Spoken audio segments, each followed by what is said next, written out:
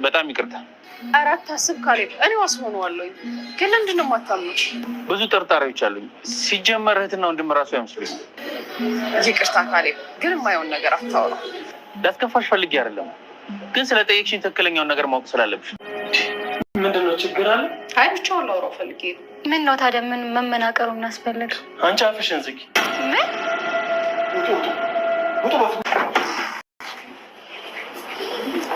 ዳንኤል ሌባ ነው እንዴ?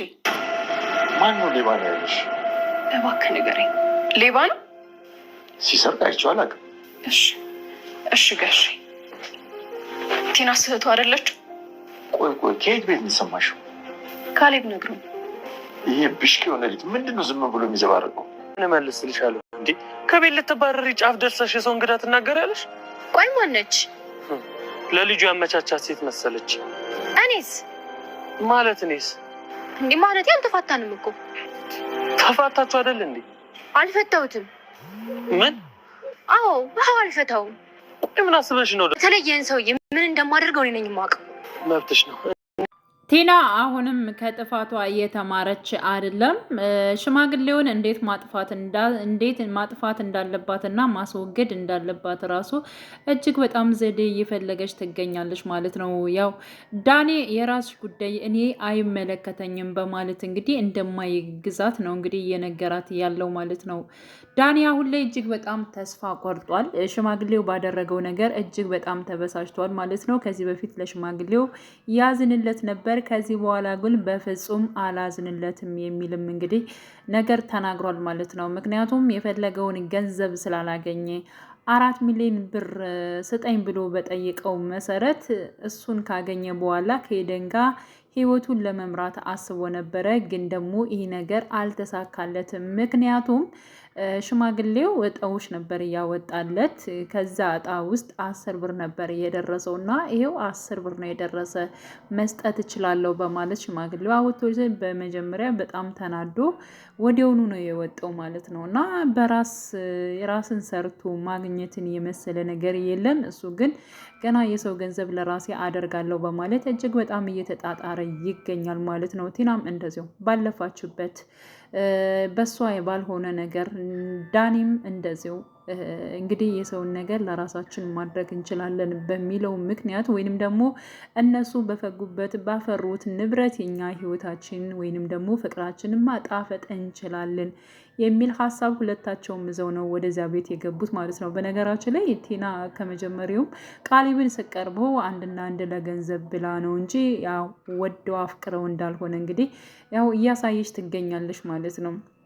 እና አሁን ላይ እጅግ በጣም እንግዲህ ውጥንቅጥ ውስጥ የገባው ዳኒ በስተመጨረሻም ቃሊብን ለመግደል ራሱ እጅግ በጣም ሲተናነቀው ነበር። ምክንያቱም ቃሊብ የተናገረው ነገር አለ።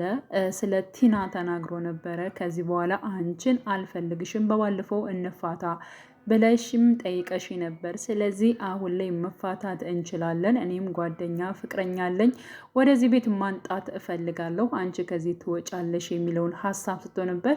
በዚህ የተነሳ እንግዲህ ያው ዳኔ እጅግ በጣም ተናዷል። እንዴት እንደዚህ ሊሆን ይችላል? ምክንያቱም በነገራችን ላይ ዳኒ የሚፈልገው ማለት ነው ቲና ብር እንድታመጣ እንጂ ከቃሊብ ጋር እንድትለያይ በፍጹም አይፈልግም። ስለማይወዳ ስለማያፈቅራት ማለት ነው። እና መታረቅ አለባቸው፣ አንድ መሆን አለባቸው ነው የሚለው ማለት ነው ቲናና ቃሊብ።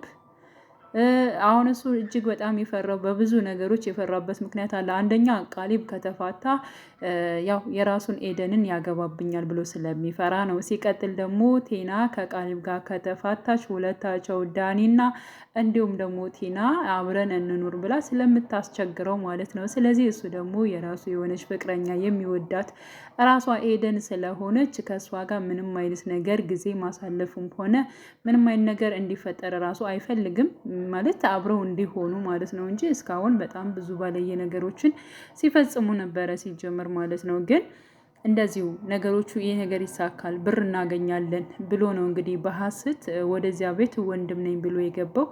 ውሽማ ሆኖ ገብቶ ወንድም ነኝ እያለ አሁንም እያጭበረበረ ያለው ዳኒ ማለት ነው። ግን ደግሞ አሁን ላይ እውነቱን ቃሊብ ራሱ ተናግሯል ለኤደን ማለት ነው። እና ኤደንና እንዲሁም ቃሊብ ተገናኝተው ነበረ። ኤደን እባክህ ለዳኒ ስራ እንዲሰጠውና ስራ እንዲያገኝለት እንዲሁም ደግሞ ከድርጅቱ እንዲቀጥረው ነበር የፈለገችው ማለት ነው። ምክንያቱም ሽማግሌውንም አናግረው ነበረ። አዎ እንደዚህ ነው፣ ራሱ ሰርቶ ማግኘት አለበት። እንዴት ሰርቶ ማግኘትና እንዴት መኖር እንዳለበት ራሱ ማወቅ አለበት። እና ትክክል ነው የሰራው አባዬ፣ ያልተሰራበት ብር እንዴት ይገኛል? ያውም 4 ሚሊዮን ብር እኮ ልጄ፣ እሱን ፈልጎ እኮ ነው። እሱ ደግሞ በራሱ መስራት አለበት። እህትና ወንድሞች እጅግ በጣም እያስቸገሩኝ ነው በማለት እንግዲህ ሽማግሌውም ተናግሯል ማለት ነው። ያ ማለት ቲናና ዳኒ እጅግ በጣም እንደሚያስቸግሩት ማለት ነው።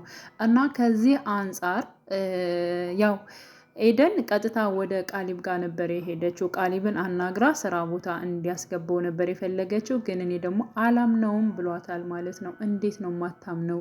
አንደኛ የሚስትህ ወንድም ነው፣ ሲቀጥል ደግሞ እኔም አለው ተያዥ ሆነዋለሁ በማለት እንግዲህ ኤደን ተናግራ ነበር። ቃሊብ ግን እኔ ሲመስለኝ ራሱ እህትና ወንድም ራሱ አይመስሉኝም፣ ሁለታቸው እህትና ወንድም አይመስሉኝም፣ ዳኒና ቴና ማለት ነው። እንዴት እንደዚህ ትላለ? እኔ ካንተ ይህን ነገር አልጠብቅም፣ ምንም ቢሆን እንዴት እንደዚህ ትናገራለ? የሚል ነገር ነው እንግዲህ ያው ኤደን የተናገረችው ማለት ነው። እሱ ደግሞ በአንድም በሌላ ትክክለኛውን ነገር ነው የነገራት። እና አሁን ላይ ትንሽ እንግዲህ ነገሮቹ ሁሉ ግልጽ እየሆኑና ሚስጥሩም እየወጣ ይገኛል ማለት ነው። ዳኒም እንደዚው ማለት ነው። ዳኒም አሁን ላይ እንግዲህ ቃሊብ የፈለገውና እንዲሁም ደግሞ የተመኘው ነገር በውስጡ ስለገባው ብቻ ቴናን ከቤት መውጣት አለብሽ፣ እኔ የራሴን ፍቅረኛ አመጣለሁ ሲል እሱ በቃ በጣም ተናደደ። ቀጥታ ወደ እንትና ነበር ሄደው፣ ወደ ኤደን ነበር ሄደው። እንዴት በእኔ ላይ ትጫወችብኛለሽ? ቃሊብ እኮ ጭራሽ ወይ ቤት ድረስ አመጣታለሁ እያለኝ ነው። አንቺን ነው ወይ? አንቺ ለእኔ ቦታ የለሽም ወይ? ምንድን ነው የምትጫወችብኝ? ብሎ ከኤደን ጋር ሂዶ ሲጮህ ነበረ ማለት ነው። ግን ደግሞ ብሩን ሳያገኘው በፊት ራሱ ብሩን ያለማግኘቱ ወይንም ደግሞ ያሰብኩት ነገር አልተሳካም፣ በቃ እኔ ላንቺ ባል ልሆን አልችልም በማለት ጥሏት ሂዶ ነበር። ግን ቃሊብ እንደዚያ ሲያስብ በቃ ኤደንን ተነጠኩኝ በማለት እየሮጠ ኤደን ጋር ነበር የመጣው። እንደዚያም ተናግሮ ተጨቃጭቋት ነበር የተመለሰው ማለት ነውና ዳኒ አሁን ላይ በጣም ግራ ተጋብቷል። ለራሱ በጣም ግራ ተጋብቷል። ሲቀጥል እንደዚህ ግራ ሲጋባ የሚሄደው ትሁት ልጋ ነው ማለት ነው። እና እንደዚህ ሆነ እኮ በቃ ብሩም እኮ እንደዚህ አለኝ፣ ውሸታም ነው እያለ ሲናገር ነበር ስለ ሽማግሌው ማለት ነው። የራስክን ብር የተነጠቅ እኮ ነው የምትመስለው። ለምንድነው የማትረጋገው? በቃ መስጠትም አለመስጠትም መብቱ ነው። ሲቀጥል እንዴት 4 ሚሊዮን እንዴት ይሰጠኛል ብለህ ታስባለህ? የሰው የሆነን ነገር ካላገኘው ብለህ ለምንድነው እንትን የምትለው? ሲጀመር ኤደን ላንተ አትገባህም። ደግሜ ነው የምነግርህ፣ አትገባህም። በቃ አንተ በስነ ስርዓት በቀጥታው እንድታኖራት ነው እሷ የምትፈልገው። አንተ ደግሞ በዚያ መስመር ደግሞ መጓዝ አትፈልግም በማለት እንግዲህ ትሁትም ያው ያላትን ነገር ተናግራለች ማለት ነው። የሁልጊዜዋ ምክር ነው። አሁንም እላለሁ ዳኒ አትሸወድ። ከዚህ ቤት ኤደንን ብቻ ዘንብት ወጣ፣ አንተ በጣም ታተርፋለህ።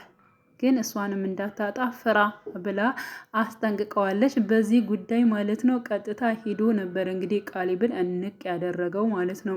እንግዲህ ቀጣይ ምን ይፈጠራል፣ ምን ይሆናል የሚለውን አብረን የምናይ ይሆናል። በነገራችን ላይ በጣም እየፈሩ ነው። ምክንያቱም የሁለታቸው ውሳኔ በጣም መጥፎ ውሳኔዎች ስለሚገቡ ትሁትም እየተናገረች ነበር ሽማግሌውን ማለት ነው።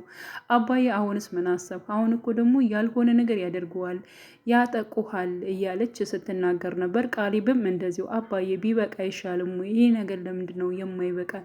ከቤት አስወጥተናቸው እኛ ለምንድን ነው ህይወታችን የማንቀጥለው? እያለ ቃሊብም ሲናገር ነበር። አይሆንም፣ እንያቸው እኮ የእነሱ ነገር መቼም አያልቅባቸውም፣ እንጠነቀቃለን፣ እስኪ የሚያደርጉትን ነገር እንይ በማለት እንግዲህ አሁንም እየታገሳቸው ይገኛል። ግን ደግሞ ታግሷቸው አሁን ላይ እንግዲህ በቃሊብ ላይ ይህን ያክል ጉዳት ካደረሰበት ዳኒ በቀጥታ በእርግጠኝነት ሽማግሌው ራሱ ወደ ውሳኔ ይገባል። ቃሊብም እንደዚያው ወደ ውሳኔ ይገባል ብዬ አስባለሁኝ። ከቤት የሚባረሩበት ጊዜ እየቀረበ ይሆናል። የዳኒና የቴና ጉዳይ ማለት ነው። ኤደን እንኳን ቀጥታ ወደዚህ ቤት ስለምትገባ ሁለታቸው ተባረው እሷ ትገባለች ብዬ ተስፋ አደርጋለሁ ማለት ነው። እና ውድ የቻናሌ ተከታታዮች ቤተሰቦቼ በያላችሁበት ሰላማቸው ይብዛልኝ። ለቤቴ አዲስ የሆናችሁ የደውል ምልክቱን በመጫን ቤተሰብ የሆኑ ነባር ቤተሰቦችም ስለምታበረታቱኝ እጅግ በጣም አመሰግናለሁኝ። መልካም ጊዜ ተመኘውላችሁ።